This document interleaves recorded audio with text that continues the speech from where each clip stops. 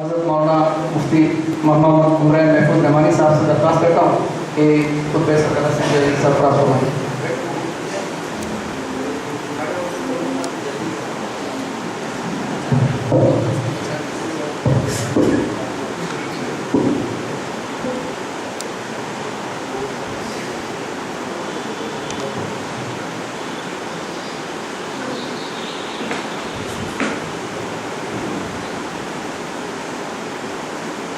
بسم اللہ الرحمن الرحیم وبہ نستعین والصلاة والسلام علی سیدنا محمد وعلی آلہ وصحبہ اجمعین، اما بعد۔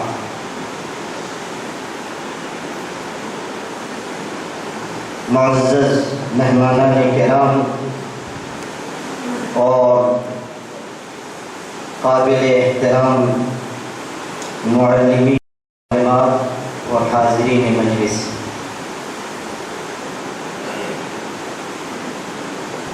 آج کی یہ تقریب اس لحاظ سے بڑی اہم ہے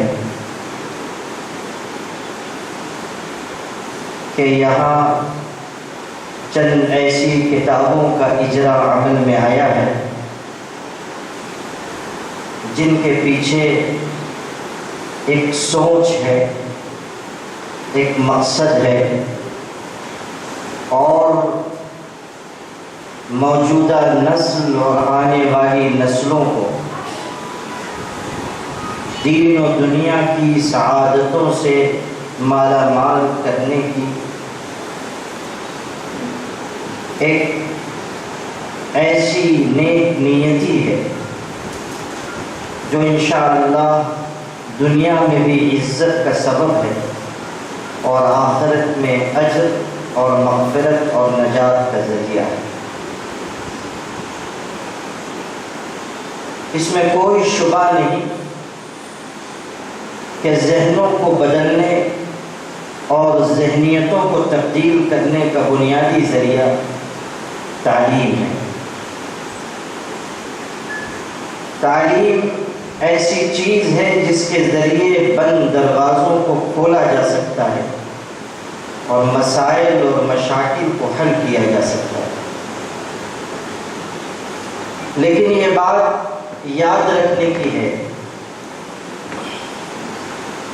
کہ تعلیم مسائل کا حل تو ہے، لیکن اگر تعلیم اپنے نہج سے ہٹ جائے تو تعلیم بذات خود ایک بہت بڑا مسئلہ ہے۔ اس بات کو سمجھنے کی ضرورت ہے کہ تعلیم نے ہمیں کیا دیا ہے اور تعلیم نے ہم سے کیا لیا ہے۔ یہ بات اکثر لوگ کہتے ہیں کہ تعلیم کیا دیا کرتی ہے، لیکن پوری دنیا میں جو حالات بنے ہیں، بنائے گئے ہیں، اور جن مصیبتوں سے دنیا جھوج رہی ہے، غور کر لیجئے کہ کیا دنیا کی اس تباہی اور بربادی کے پیچھے ان لوگوں کا ہاتھ نہیں ہے جنہوں نے بڑی اونچی تعلیم پائی، بڑی مہارتوں کے ساتھ زندگی گزاری، اور ان کی مہارتوں نے ایسے اسلحوں کو جنم دیا جنہوں نے بستیوں کی بستیاں ویران کر دی۔ معاف کیجیے گا، ابھی ہمارے اقبال صاحب نے، میں نے خود درخواست کی تھی کہ وہ یہاں کچھ گفتگو کریں۔ وہ ماشاءاللہ پڑھے لکھے آدمی ہیں، ذوق علم اور شوق ادب سے آراستہ ہے۔ مغرب کی جو اخلاقیات ہیں میں اس کا منکر نہیں ہوں، اور نہ میں بحیثیت عالم اس سے ناواقف ہوں۔ زندگی کی لاتعداد راتیں اور دن میں نے پڑھنے میں گزارے، اور مغرب کیا ہے، مشرق کیا ہے، مغربی تعلیم کا تصور کیا ہے، مشرق کا تصور تعلیم کیا ہے، مدارس میں کیا ہو رہا ہے، کالجز اور یونیورسٹیز میں کیا ہو رہا ہے، میں اس سے ناواقف نہیں ہوں۔ اس لیے میں ذمہ دارانہ کہہ سکتا ہوں کہ مغربی تہذیب کی تمام تر اخلاقیات کے اعتراف کے ساتھ کیا یہ سچائی نہیں ہے کہ جو لوگ اپنے اخلاق، اپنے کردار کا نقش اپنی میٹھی زبان کے ساتھ دنیا کے انسانوں کے سامنے پیش کرتے ہیں، وہی پوری دنیا میں انسانیت کا قتل عام کرتے ہیں؟ کیا یہ سچائی نہیں ہے کہ افغانستان کو اچاڑنے میں امریکہ اور روس کا ہاتھ ہے؟ کیا یہ سچائی نہیں ہے کہ عراق میں بہنے والا خون مغرب کے سرچشموں سے نکلنے والے اسلحوں کی وجہ سے بہایا گیا ہے؟ کیا یہ سچائی نہیں ہے کہ فلسطین جو فلسطینیوں کا تھا اور ہے اور رہے گا، اس پر یہودیوں کا ظالمانہ اور غاصبانہ تعصب اور فلسطین میں بہتا ہوا خون امریکہ کی سرپرستی میں بہایا جا رہا ہے؟ مغربی تہذیب کی اقدار اپنی جگہ اور ہمیں اس کی قدر کرنی چاہیے۔ جو صحیح بات ہے، جو سچی بات ہے، جو دین سے قریب چیزیں ہیں، وہ کہیں ہو اور کسی کے پاس ہو، وہ مومن کا کھویا ہوا سرمایہ ہے۔ الحکمت ضالۃ المؤمن، ہمارے آقا نے فرمایا حکمت مومن کا کھویا ہوا سرمایہ ہے، جہاں بھی ملے گی مومن ہی اس کا زیادہ بڑا حقدار ہے۔ اسے یاد رکھنا چاہیے کہ تعلیم نے اگر ہمیں بہت کچھ دیا ہے تو تعلیم نے انسانیت سے بہت کچھ چھینا بھی۔ اس کی وجہ کیا ہے وہ بھی دو لفظوں میں سمجھ لیجیے۔ وجہ یہ ہے کہ قرآن پاک نے یا اسلام نے جو تعلیم کا تصور پیش کیا تھا، وہ صرف تعلیم کا تصور نہیں پیش کیا تھا، وہ اس تعلیم کا تصور پیش کر کے دنیا کے انسانوں کو اس نے حیرت زدہ کیا تھا، جس تعلیم کا سرا خدا کے نام، خدا کی ذات، خدا کی عظمت، خدا کی قدوسیت سے جڑا ہوا۔ دنیا نے اقرا کو لے لیا اور بسم ربک کو چھوڑ دیا۔ تمام مسائل کا واحد سبب یہ ہے، ہمارے جناب سعید انصاری صاحب نے کوشش یہ کی ہے کہ جو صرف اقرا ہمارے ہاتھ میں ہے اسے بسم ربک الذی خلق سے جوڑ دیا جائے۔ یہ کوشش کہ ہم ریاضی کے ساتھ، ہم جغرافیہ کے ساتھ، ہم انگلش کی تعلیم کے ساتھ، ریاضی کی تعلیم کے ساتھ اخلاق بھی سکھائیں، کردار بھی سکھائیں، دین بھی سکھائیں، اور ایک شریف انسان کو ڈھالنے کا فرض انجام دیں۔ یہ در حقیقت تعلیم کو اس کے اصل سرچشمے کی طرف لوٹانے کا عمل ہے، اور اقرا کو بسم ربک الذی خلق سے جوڑنے کی کوشش۔ اسی لیے یہ کوشش لائق مبارکباد ہے۔ اسے یاد رکھیے کہ بہترین تعلیم بلکہ تعلیم کی روح کی تعلیم ہے۔ اگر آپ نے ڈگری تو حاصل کر لی، شرافت نہیں سیکھی، تو آپ کی تعلیم، معاف کیجیے گا، تعلیم نہیں ہے، جہالت۔ سعدی نے بہت پہلے کہا تھا علمیس کے رہے حق نہ نمایت جہالت۔ وہ علم جو سچائی کا، امانت داری کا، دیانت کا، شرافت کا، انسان کو انسان کے لیے جھک جانے کا، وہ تعلیم جو انسان کو انسان کی ہمدردی کے راستے پہ لانے کا فرض انجام نہ دے، وہ تعلیم نہیں ہے، جہالت ہے۔ حروف و نقوش کو پڑھنا، کتابوں کو سینے میں محفوظ کرنا، بڑی اچھی تقریر کرنا، بڑی بہترین کتابیں لکھنا، اگر یہ تعلیم ہوتی تو صحابہ جنہوں نے کبھی کوئی ایک رسالہ بھی نہیں لکھا، دنیا انہیں علم کا تاجدار کیوں مانتی؟ صحابہ کرام انہوں نے کس مدرسے میں تعلیم پائی اور کس اسکول میں تعلیم پائی؟ ہمارے آقا صلی اللہ علیہ وسلم نے انہیں چلتے پھرتے مکے اور مدینے کی گلیوں میں وہ علم سکھایا کہ ساری دنیا کے سائنسدانوں، جغرافیہ دانوں، ریاضی دانوں، دنیا کے تمام مصنفین، علماء، ائمہ، مؤلفین، سب کو ایک پڑھنے میں رکھ دیجیے اور دوسرے پڑھنے میں صحابہ کا علم، تو قسم بخدا صحابہ کا علم غالب آئے گا۔ تعلیم یہ ہے، تعلیم اسے کہیں گے جو انسان کو اس کی عاجزی اور خدا کی قدرت کا احساس کرائے۔ تعلیم وہ ہے جو انسان کو انسان بن کے جینا سکھائے۔ اگر آپ نے یہ تعلیم پائی، اگر دنیا کے انسانوں نے یہ تعلیم پائی کہ اسکول میں پڑھا رہے ہیں، کالج میں پڑھا رہے ہیں اور نقوش و حروف سکھاتے ہیں، اور اس کے بعد درسگاہ کے دروازے سے نکلے تو اب استاذ کا ناجائز تعلق اس کی طالبات سے قائم ہے، اگر یہ تعلیم ہے تو ایسی تعلیم پر 100 بار لعنت ہے۔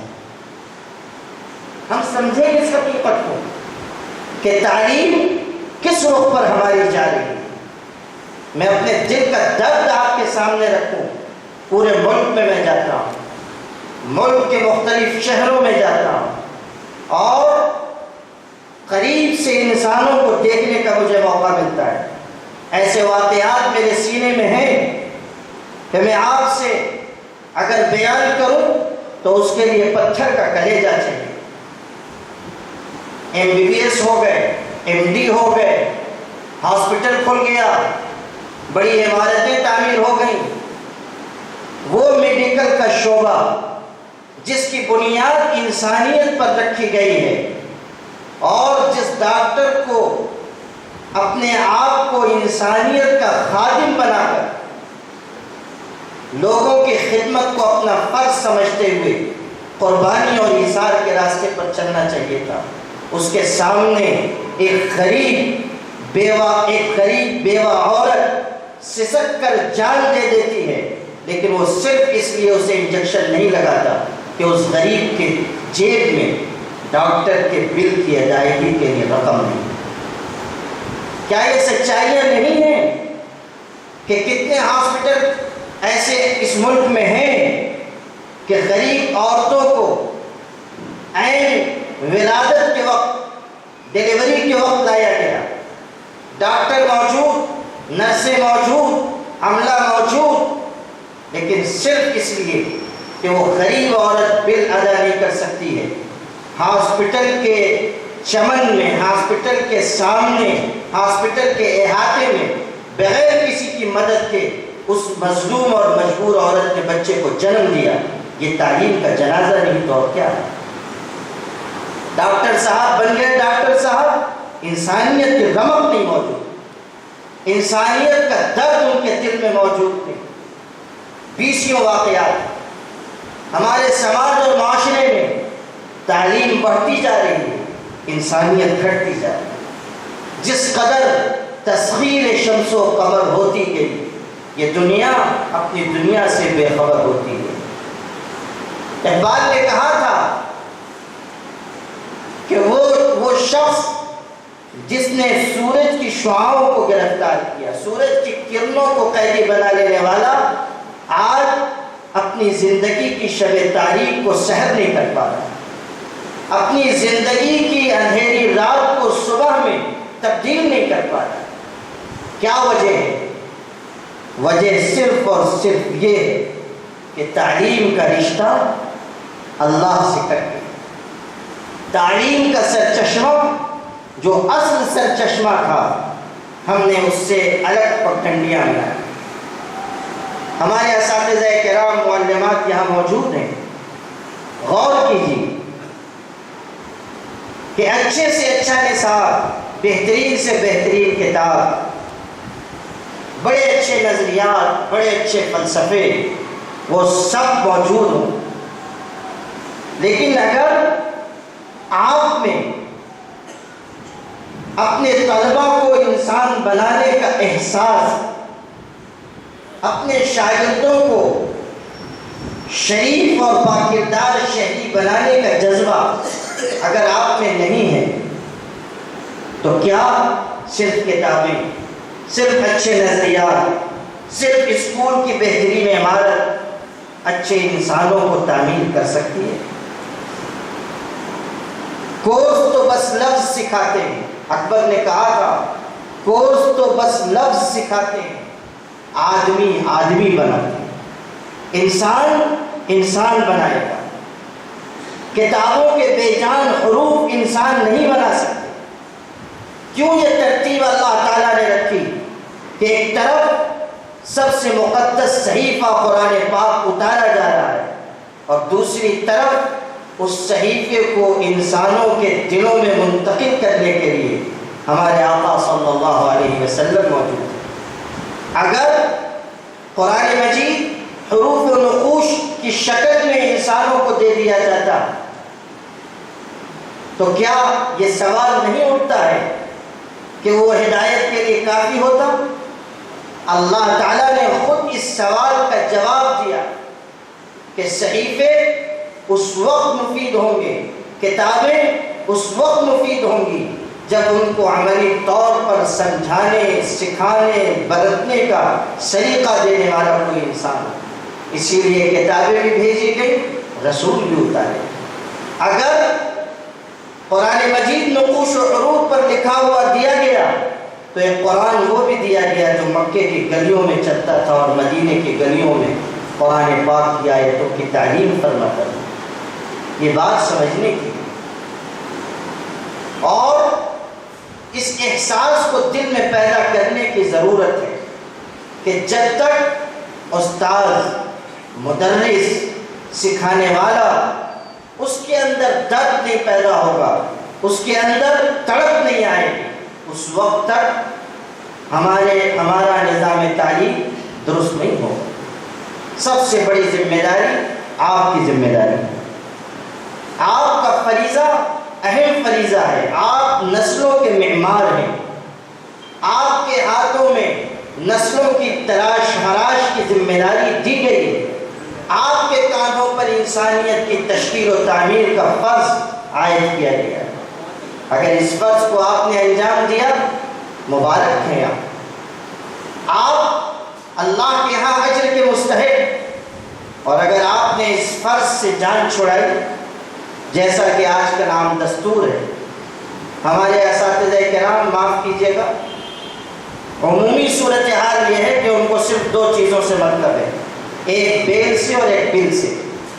کب بیل بجے اور وہ چلے جائیں، اور کب مہینے کا آخر آئے اور ان کو تنخواہ مل جائے۔ نظام تعلیم ہمارا اسی نہج پر چلا گیا۔ اکبر نے کہا تھا وہ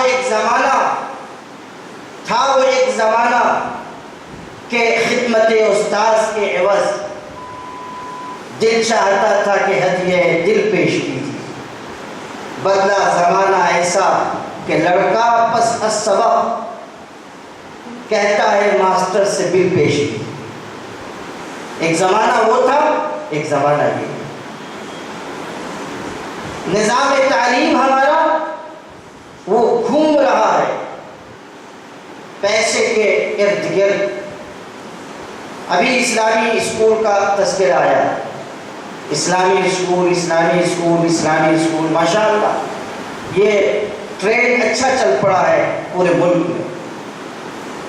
اور میں نہیں کہتا کہ سب لوگ بدنیت ہیں، میں جانتا ہوں کہ اسی ملک میں اس طرز پر کام کرنے والے بعض بڑے محنتی لوگ ہیں، عصری تعلیم یافتہ لوگوں میں بھی، علماء میں بھی، جو اسلامی طرز کے بڑے اچھے اسکول چلا رہے ہیں، اور ان کا مقصد صرف اور صرف دینی تعلیم کے نشر و اشاعت اور عصری تعلیم میں اپنے بچوں کو آگے بڑھانے کا جذبہ ہے۔ لیکن اکثر و بیشتر جو اسلامی اسکول کھل رہے ہیں ان کے پیچھے مال کمانے کا جذبہ، رغبت دلانے کے لیے اسلامی اسکول کا اشتہار، اور پھر ہمارے سرپرست یہ سمجھتے ہیں کہ ہمارا بچہ جائے گا، بڑی اچھی تعلیم پائے گا اور ایسی دینی تعلیم اس کو ملے گی کہ انشاءاللہ وہ نکلے گا تو حضرت جبریل سے کم تو نہیں ہوگا، پڑھ لکھ کے بڑا دیانتدار ہو بنے۔ لیکن صورتحال کیا ہے؟ اسلامی اسکول میں جو کچھ پڑھایا جا رہا ہے ہم اس کی ناقدری نہیں کرتے، لیکن جب نیت کا قبلہ درست نہیں ہے تو یاد رکھیے گا پھل اچھا نہیں آنے والا، پھل اچھا نہیں آنے والا۔ وہاں بھی مال کا جذبہ، وہاں بھی سہولتوں کی تلاش۔ ہمارے آقا صلی اللہ علیہ وسلم نے ہمیں یہ درس دیا تھا کہ تعلیم اللہ کے لیے ہو۔ ہمارے آقا تعلیم دے رہے ہیں، تبلیغ فرما رہے ہیں، اپنے لہو کا آخری قطرہ تک نچوڑ کر پیش کر دینے کا جذبہ آپ کو ہے، لیکن کیا فرماتے ہیں؟ قرآن میں آپ بار بار الفاظ پڑھیں گے، فرماتے ہیں ما اسألکم علیہ اجرا، اس پر میں کوئی اجرت، کوئی عوض، کوئی معاوضہ، کوئی پیسہ نہیں چاہتا۔ ان اجری الا علی اللہ، اگر مجھے اجر کی کوئی طلب ہے تو تم سے نہیں ہے، اللہ سے۔ ان اجری الا علی اللہ، میں اللہ سے اجر چاہتا ہوں۔ پیغمبروں کی زبان سے جو کائنات کے سب سے بڑے معلمین تھے، کیوں بار بار قرآن میں یہ کہلوایا گیا، ان کے الفاظ نقل کیے گئے کہ ہم تم سے کوئی اجرت نہیں چاہتے۔ یہ بے نفسی، یہ بے غرضی سکھائی گئی۔ میں نہیں کہتا کہ آپ پیسے نہ لیجیے، میں نہیں کہتا کہ آپ نہ کمائیں، لیکن پیسوں کو مقصد زندگی بھی نہ بنائیں۔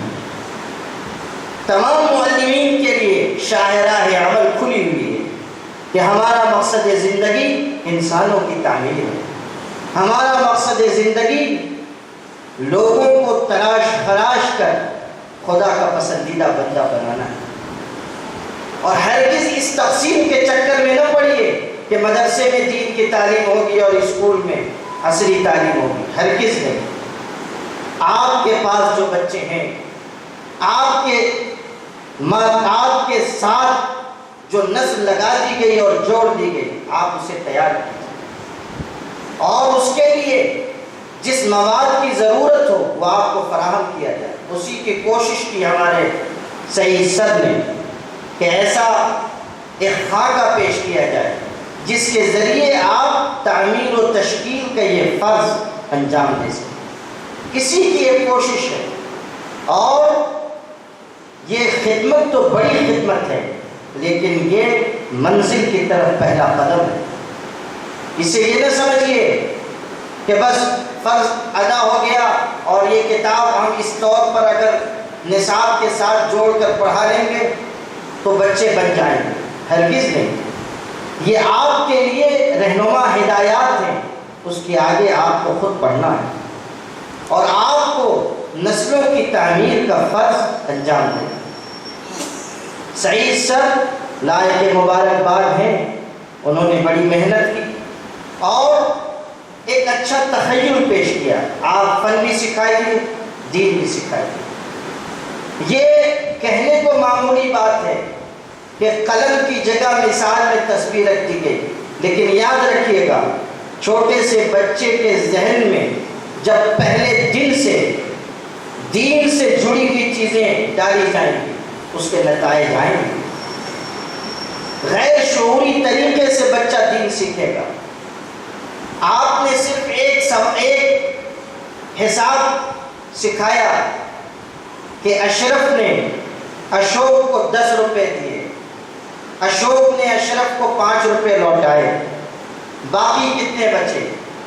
یہ آپ سکھا رہے ہیں، ایک چھوٹی سی مثال، لیکن اس کے ذریعے مسلمان بچے کو یہ احساس بھی ہوگا کہ اشرف لینے والا نہیں ہے، اشرف دینے والا ہے۔ ہم لینے والی قوم نہیں ہیں، ہم دینے والی قوم ہیں، اور اس سے قوموں کی نفسیات بدلتی ہے۔ یاد رکھیے گا، ہماری نفسیات یہ بن گئی کہ ہم لینے والے ہیں اور ہمیں کاسے گدائی لے کر سب کے سامنے پھرنا ہے، حالانکہ ہم دنیا میں صرف مال نہیں، تعلیم بھی، نظریات بھی، سائنسی فلسفے پیش کرنے والے رہے ہیں، اور آج بھی ہمارے اندر یہ استعداد ہے کہ ہم دنیا کی رہنمائی کر سکتے ہیں۔ دنیا کی امامت وہ لوگ نہیں کر سکتے ہیں جن کی اخلاقیات کا یہ عالم ہے کہ وہ اپنی میٹھی زبان کے ذریعے دنیا کو یہ سبق دیتے ہیں کہ وہ بڑے بااخلاق ہیں، لیکن وہی لوگ جب خمر و خنزیر کے مرحلے سے گزرتے ہیں تو ان کی کیا حالت ہوتی ہے آپ دیکھیں۔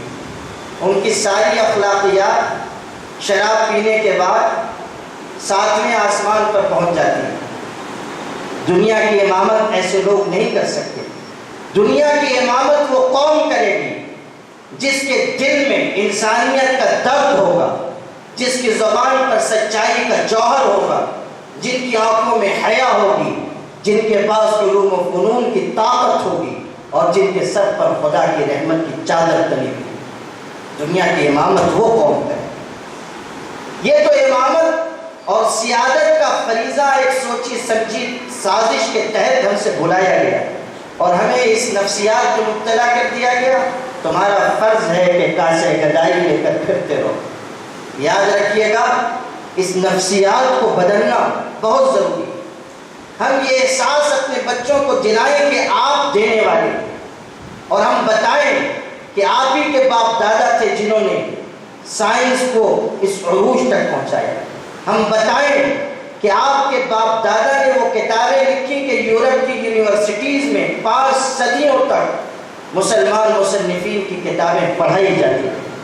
ہم بتائیں کہ آج میڈیکل سائنس اتنی ترقی کرنے کے باوجود مجبور ہے اس پر کہ ابو علی سینا کے بنائے ہوئے نقشے کے مطابق، خارزمی کے بنائے ہوئے نقشے کے مطابق وہ سائنسی آلات کو اور ڈاکٹری کے جراحی کے آلات کو، آپریشن کے آلات کو بنائے۔ آج میڈیکل سائنس اس ترقی اور عروج پر ہے، لیکن کیا اس حقیقت کا انکار کیا جا سکتا ہے کہ ابو علی سینا کی القانون فی الطب آج کی جدید میڈیکل سائنس کی بنیاد ہے؟ آپ میں جانتے ہو تو ہو سکتا ہے کہ آپ کے علم میں یہ بات نہ ہو، لیکن جو لوگ اس حقیقت سے واقف ہیں کہ انگریزوں نے عرب مصنفین کی کتابوں کے ترجمے کر کے ان میں کچھ چیزیں گھٹا بڑھا کر، اصطلاحات کو بدل کر اور انہی کے علوم کو اپنا کر وہ دنیا کے سامنے ایک ایسی چیز پیش کی کہ جس کا نقشہ تھوڑا الگ تھا، مال ہماری دکان سے خریدا گیا تھا، اور انہوں نے یہ سمجھایا دنیا کو کہ ہم ہیں موجد، ہم ہیں سائنسداں۔ ارے بھائی، جو دکان میں آپ کے مال سجا ہوا ہے وہ تو ہمارے ہی یہاں سے، ہمارے ہی گودام سے چرایا گیا۔ اقبال نے کہا تھا، آ دریا کے موجش کم تپی، گوہر خود از غواسہ خرید۔ اقبال کو پڑھیے آپ، مشرق و مغرب کے فلسفوں کو کھول کر بھی جانے والا۔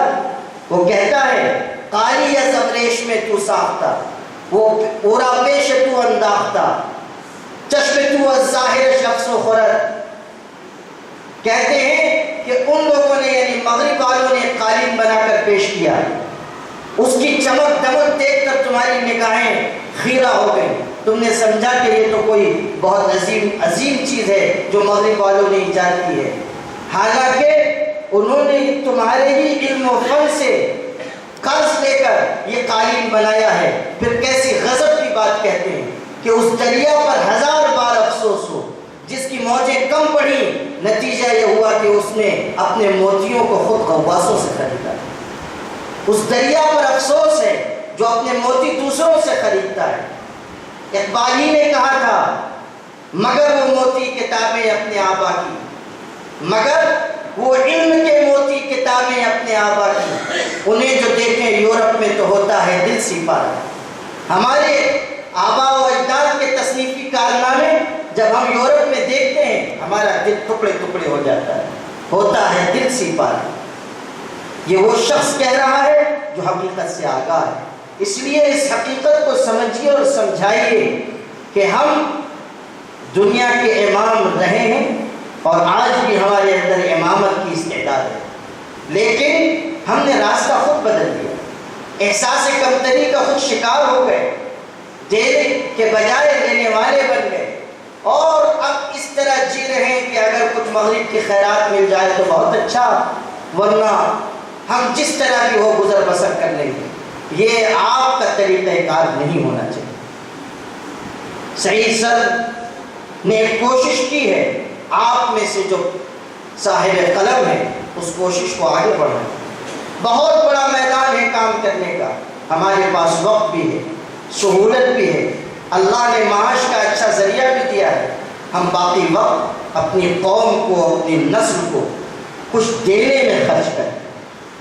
کتنا بڑا کام ہو سکتا ہے اگر آپ دن میں 1 گھنٹہ اپنی قوم کے لیے خرچ کریں، اور جو لوگ یہ کام کر رہے ہیں آپ ان کی پذیرائی کریں۔ یہ نہ ہو کہ آپ تقریر سن لیں، کو مبارکباد دیں اور گھر تشریف لے جائیں۔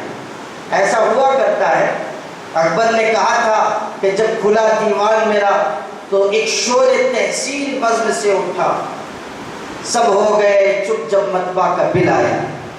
یعنی جب پریس کا بل آیا تو جتنے داد و تحسین دینے والے تھے سب خاموش۔ ہمارے ہاں بیچارہ مصنف خود محنت کر کے کتاب لکھتا ہے، خود چھپواتا ہے، اور پھر خود ہی پڑھ کے اپنی پیٹھ تھپ تھپا کے بیٹھ جاتا ہے۔ اتنی ہماری قوم میں اتنا شعور بھی نہیں ہے کہ کسی نے محنت کی تو ہم آگے بڑھ کر اس کو نہ صرف یہ کہ داد و تحسین سے نوازیں، بلکہ ہم اس کی ہمت افزائی اس طور پر بھی کریں کہ وہ آگے اور خدمت انجام دے سکے۔ ہمیں اس بات کو سمجھنا چاہیے کہ ہم اگر کسی کو کچھ نہیں دے سکتے کم سے کم حوصلہ تو دینا چاہیے، کم سے کم اس کی پذیرائی تو کرنی چاہیے۔ اعتراف نبی کریم صلی اللہ علیہ وسلم کی سنت ہے، اعتراف خدمت آپ کا مبارک طریقہ ہے، اس لیے ہمیں اس طریقے پر چلنا چاہیے اور کام کرنے والوں کا حوصلہ بڑھانا چاہیے۔ ماشاءاللہ آج کی یہ مجلس بڑی اچھی رہی، اور اس میں مختلف باتیں آپ حضرات کے سامنے بڑے اچھے انداز میں پیش ہوئی۔ ہمارے جناب اشفاق صاحب نے شروع میں جو باتیں ترتیب کے ساتھ، تہذیب کے ساتھ، سلیقے کے ساتھ کہی ہیں وہ بہت بنیادی ہیں۔ انہوں نے جو فرق مغرب اور اسلام کے تصورات میں بتایا ہے وہ ہمارے لیے، آپ کے لیے رہنما ہے، اور اس طرز کی گفتگو ہمیں اپنے دل میں بسانی چاہیے، اپنے آپ کو اس طرز عمل کا عادی بنانا چاہیے جس پر چل کر ہم دنیا اور آخرت میں کامیاب ہو سکیں۔ میں مبارکباد پیش کرتا ہوں جناب سعید سر کو، ان کے ساتھیوں کو، اور آپ سب سے درخواست کرتا ہوں کہ آپ لوگ یہاں سے کتابیں لے کر جائیں، دوسرے اساتذہ تک بھی یہ بات پہنچائیں، اور ابھی ہمارے محترم ناظم جلسہ نے یہ بات کہی کہ اگر موقع ہوتا تو یہاں اچھے انداز میں اور بڑے پیمانے پر پروگرام کیا جاتا اور ایک لیسن، ایک سبق پیش کیا جاتا کہ کس طرح آپ اس کو زمینی سطح پر نافذ کر سکتے ہیں۔ تو آج تو یہ نہیں ہو سکا، لیکن میدان تو ابھی بھی کھلا ہوا ہے۔ آپ پھر کوئی مجلس رکھیے جس میں اساتذہ کرام کو جمع کیجیے اور ان کے سامنے ایک نمونہ پیش کیجیے، اس لیے کہ کتاب ہی رہ جائے گی اگر ہم لوگ اس کو نمونے کے طور پر یہاں پیش نہ کریں۔ اس لیے یہ تجویز بڑی اچھی ہے۔ انہوں نے ایک اور بات کہی تھی اساتذہ کرام کی ٹریننگ کے سلسلے میں، یہ بات ہم لوگوں کے ذہن میں بھی برسوں سے ہے، اور چونکہ مسلم پرسنل لا بورڈ کا یہ میدان نہیں ہے، یعنی یہ اس کے دائرۂ کار سے باہر کی چیز، اس لیے ہم لوگوں نے بورڈ کے ماتحت تو یہ کام نہیں شروع کیا، لیکن بعض دوسری تنظیموں کو اس طرف متوجہ کیا، من جملہ ان کے جماعت اسلامی بھی ہے اور دوسری اور تنظیمیں بھی جو یہ کام کر رہی ہیں۔ انشاءاللہ اگر اللہ تعالیٰ توفیق دے اور آپ جیسے حضرات کا تعاون رہے تو ہم لوگ اپنے شہر میں بھی اس طرح کی کوئی کوشش کریں گے، چاہے وہ یہاں کے کسی مقامی ادارے کے ذریعے ہو یا کسی کل ہند ادارے کے ذریعے ہو۔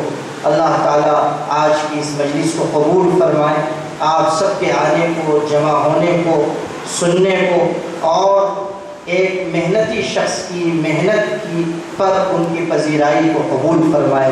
وآخر دعوانا الحمدللہ۔